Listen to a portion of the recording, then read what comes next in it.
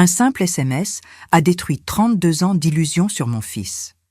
Mais ce qu'il ne savait pas, c'est que ce message allait me libérer.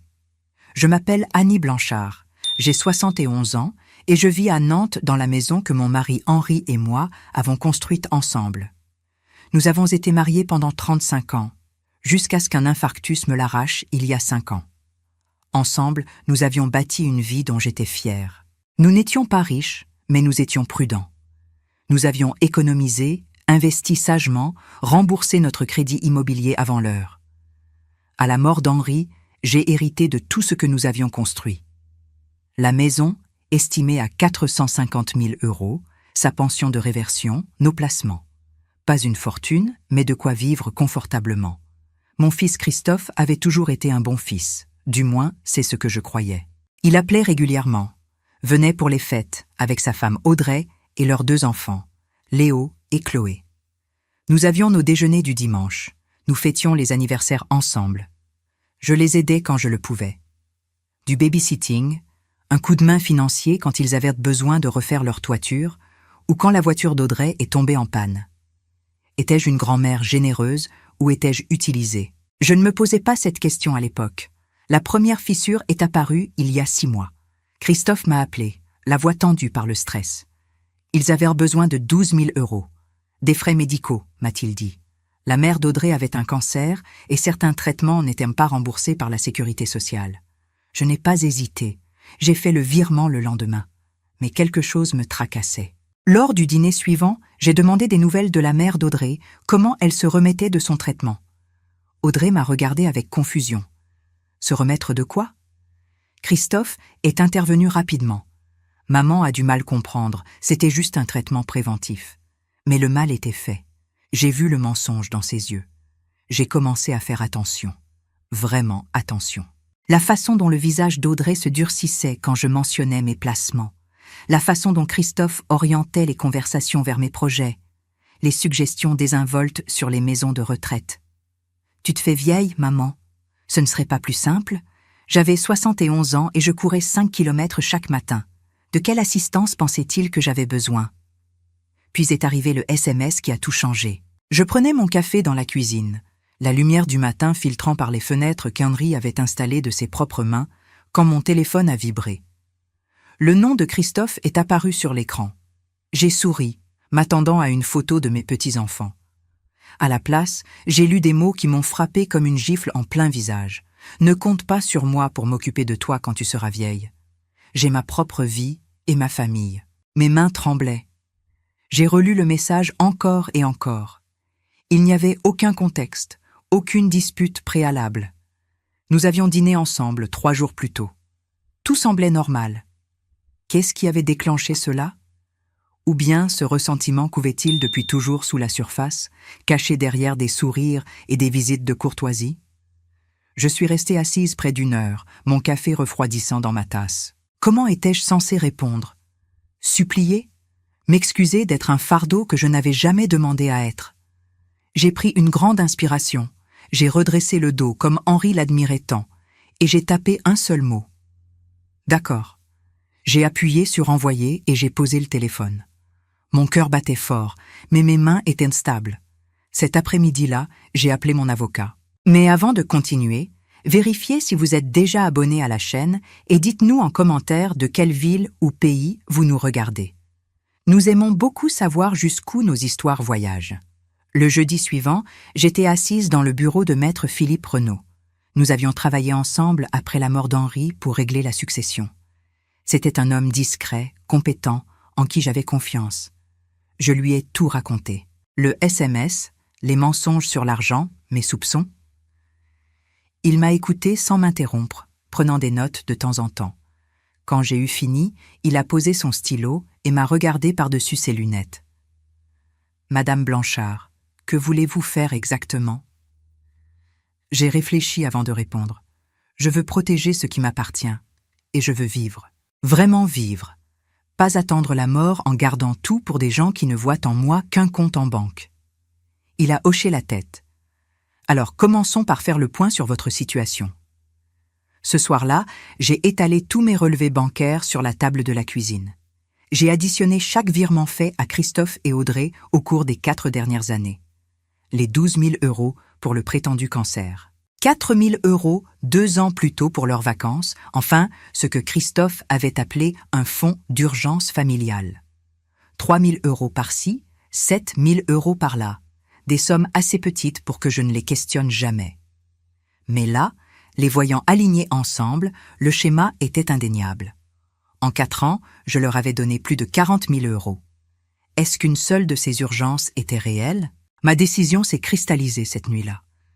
Je n'allais pas passer mes dernières années à thésauriser pour des héritiers qui attendèrent ma mort. J'allais vendre cette maison trop grande pour moi seule, acheter un appartement moderne et lumineux, et utiliser le reste pour vivre pleinement. Voyager, aider des gens qui le méritaient vraiment, profiter de chaque jour. J'ai pensé à Clara, ma jeune voisine de 23 ans qui se tuait à la tâche pour payer ses études de médecine. À Sylvie, la fille de mon ami André, qui rêvait d'ouvrir une pâtisserie mais n'avait pas les fonds. Ces femmes travaillaient dur, ne demandaient rien et méritaient un coup de pouce. Quant à mes petits-enfants, j'ouvrirais des comptes à leur nom avec des sommes qu'ils ne pourraient toucher qu'à leurs 18 ans, loin des mains de leurs parents. Le lendemain, je suis allée à ma banque. Marion, la conseillère que je connaissais depuis des années, apparut surprise quand j'ai demandé à clôturer le compte joint que j'avais avec Christophe. Ce compte datait de l'époque où Henri était malade, une précaution au cas où j'aurais eu besoin que mon fils gère mes factures en urgence. J'aurais dû le fermer après l'enterrement.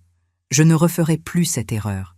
J'ai ouvert un nouveau compte dans une autre banque, transféré mes prélèvements automatiques, et je suis rentrée chez moi avec un sentiment de légèreté que je n'avais pas ressenti depuis des mois. Le téléphone a sonné le soir même. Christophe. Sa voix était tendue, presque agressive. « Maman, qu'est-ce qui se passe? J'ai voulu vérifier ton compte et il n'existe plus. J'ai changé de banque. C'est tout. » « Changer de banque? Sans m'en parler? Tu ne peux pas faire ça. » Sa voix montait. « Je peux faire ce que je veux avec mon argent, Christophe. Tu me l'as très bien rappelé toi-même. » Un silence.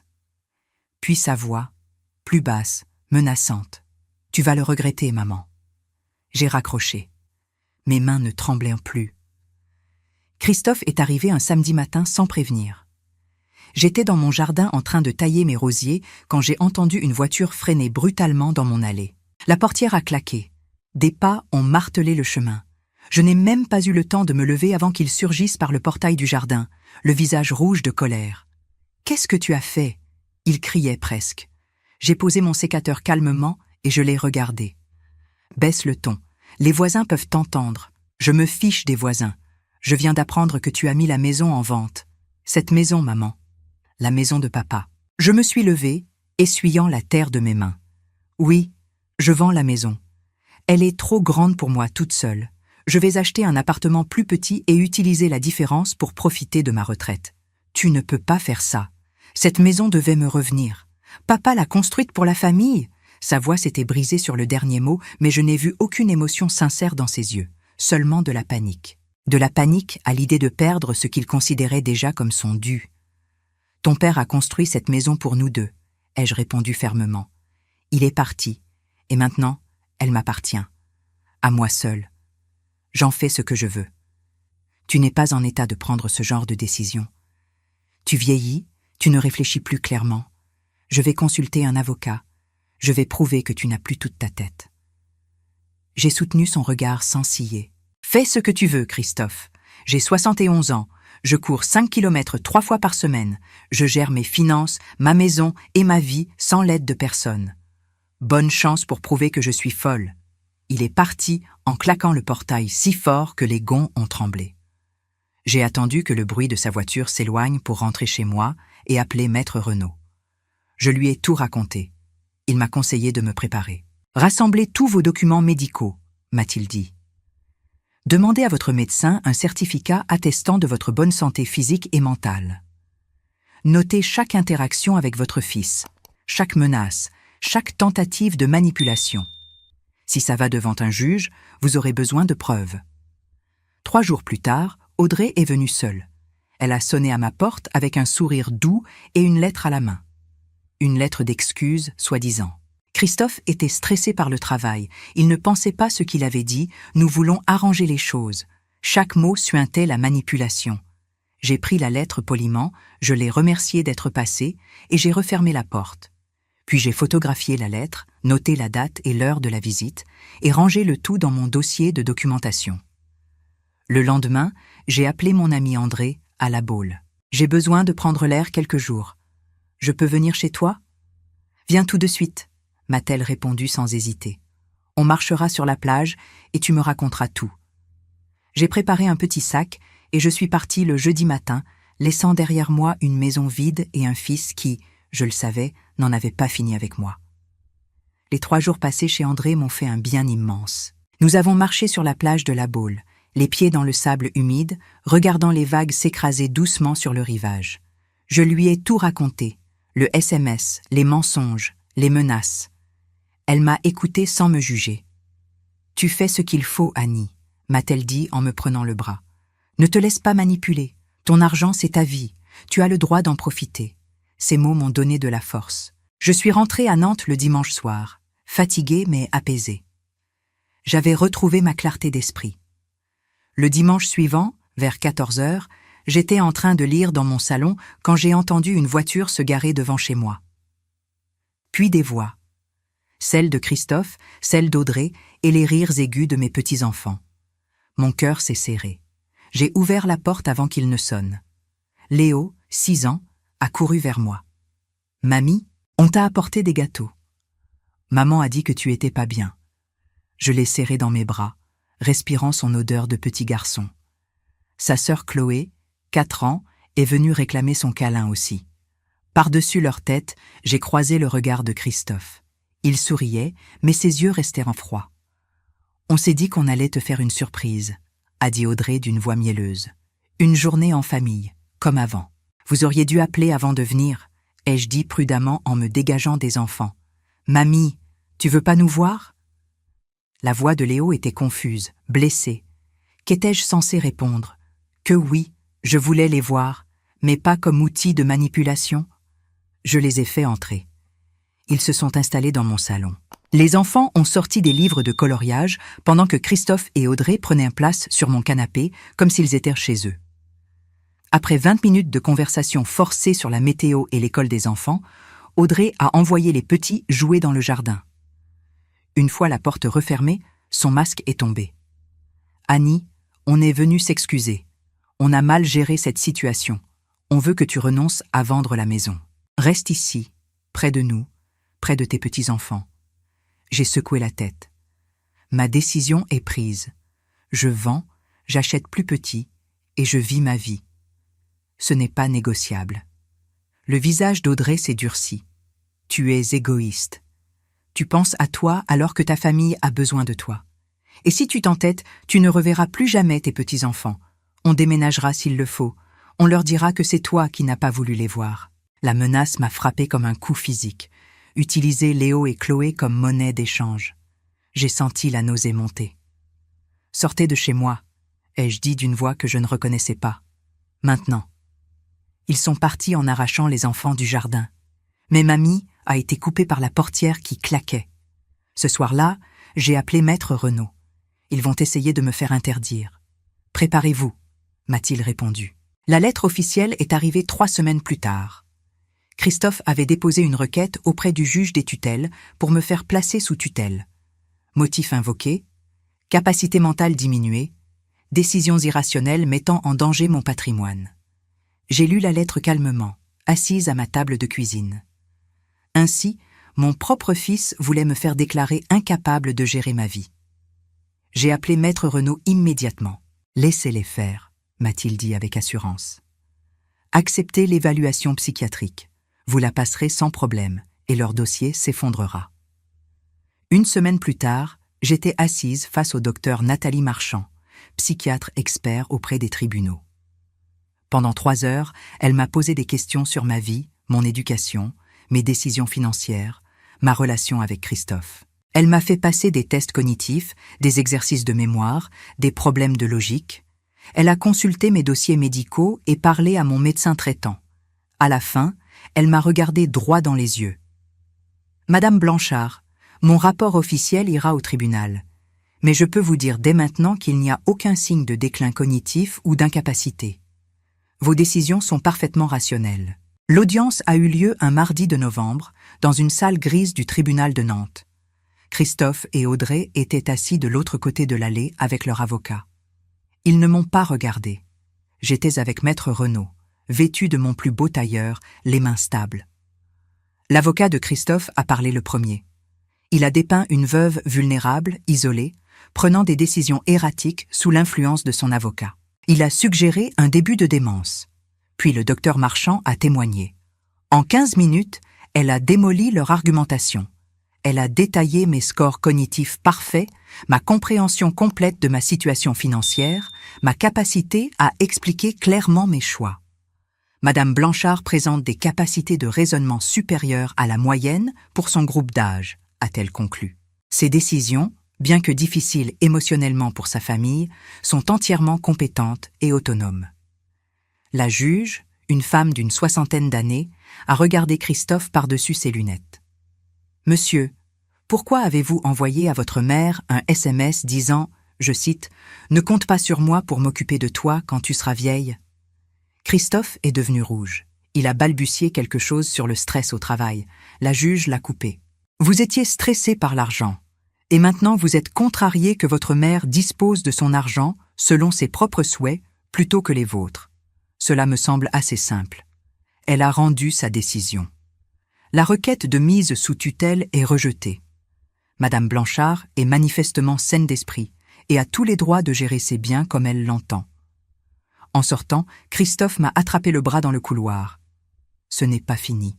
Tu fais une énorme erreur. Quand tu seras vieille et malade, ne viens pas pleurer. » Je l'ai regardé, vraiment regardé, et j'ai vu un étranger. Maître Renaud m'a appris plus tard que son enquête avait révélé quelque chose. Christophe avait 180 000 € de dettes. Il comptait sur mon héritage pour les rembourser. 6 mois ont passé. J'ai vendu la maison de Nantes, celle qu'Henri et moi avions construite ensemble. Ce n'était pas facile de tourner cette page, mais je savais que les murs ne contiennent pas les souvenirs. Ceux-là, je les porte en moi. J'ai acheté un appartement lumineux dans un quartier calme, avec une terrasse où je fais pousser des herbes aromatiques et quelques fleurs. Plus petit, plus simple à entretenir et entièrement à moi. Ma nouvelle vie m'a surprise par sa richesse. J'ai rejoint un club de lecture avec des femmes de tous âges. Nous nous retrouvons chaque semaine pour discuter de livres et de la vie. Nous avons même fait un croisière ensemble en Norvège pour voir les fjords. J'ai recommencé à peindre, quelque chose que j'avais abandonné depuis des années. J'ai vendu 2 tableaux dans une galerie locale. Pas une fortune, mais quelle fierté. J'ai aidé Clara, ma jeune voisine, à terminer ses études de médecine. Elle a eu son diplôme en juin dernier. Quand elle est venue me montrer son certificat, les larmes aux yeux, j'ai su que mon argent avait servi à quelque chose de vrai. J'ai aussi donné un coup de pouce à Sylvie, la fille d'André, pour ouvrir sa pâtisserie à la Baule. Elle l'a appelée « Aux douceurs d'antan » et fait les meilleurs sablés bretons de la côte. Les comptes que j'ai ouverts pour Léo et Chloé continuent de grandir. Quand ils auront 18 ans, ils trouveront une somme qui les aidera à démarrer dans la vie, accompagnée d'une lettre de leur grand-mère expliquant pourquoi j'ai fait ces choix. Ma nièce Camille vient me voir chaque mois depuis Rennes.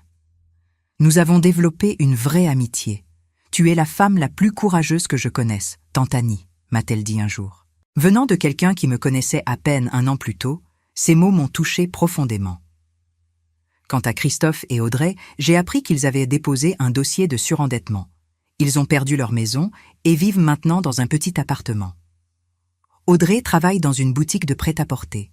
Je n'ai pas cherché ces informations, mais dans une ville comme Nantes, les nouvelles circulent. Grâce à l'article 371-4 du Code civil, j'ai obtenu un droit de visite pour mes petits-enfants. Une fois par mois, sous supervision, Léo et Chloé viennent passer quelques heures avec moi. Nous faisons des gâteaux, nous lisons des histoires, nous jouons dans mon petit salon. La dernière fois, Léo m'a regardé avec ses grands yeux sérieux. « Mamie, pourquoi on ne te voit pas plus souvent ?» J'ai caressé ses cheveux. Parce que parfois, les adultes prennent des décisions compliquées. Mais je veux que tu saches une chose, mon petit. Je t'aimerai toujours. Et quand tu seras grand, tu pourras venir me voir quand tu voudras. En regardant en arrière, je comprends ce que ce SMS m'a apporté. La liberté. La liberté de voir clairement, de me choisir moi-même, de construire une vie basée sur la dignité plutôt que sur l'obligation. J'ai appris que poser des limites n'est pas de la cruauté, c'est de la préservation de soi. Qu'on peut aimer quelqu'un et refuser de se laisser manipuler. Que la vraie famille se construit sur le respect, pas sur les liens du sang. Mon héritage n'est pas dans un compte bancaire que quelqu'un attend d'encaisser. Il est dans les vies que j'ai touchées, les relations que j'ai construites, le respect que je me suis accordé. Si cette histoire a touché votre cœur, répondez ici dans les commentaires. À ma place, qu'auriez-vous fait? N'oubliez pas de regarder la prochaine vidéo qui apparaît sur votre écran. Elle apporte un rebondissement surprenant et émouvant qui vous captivera du début à la fin.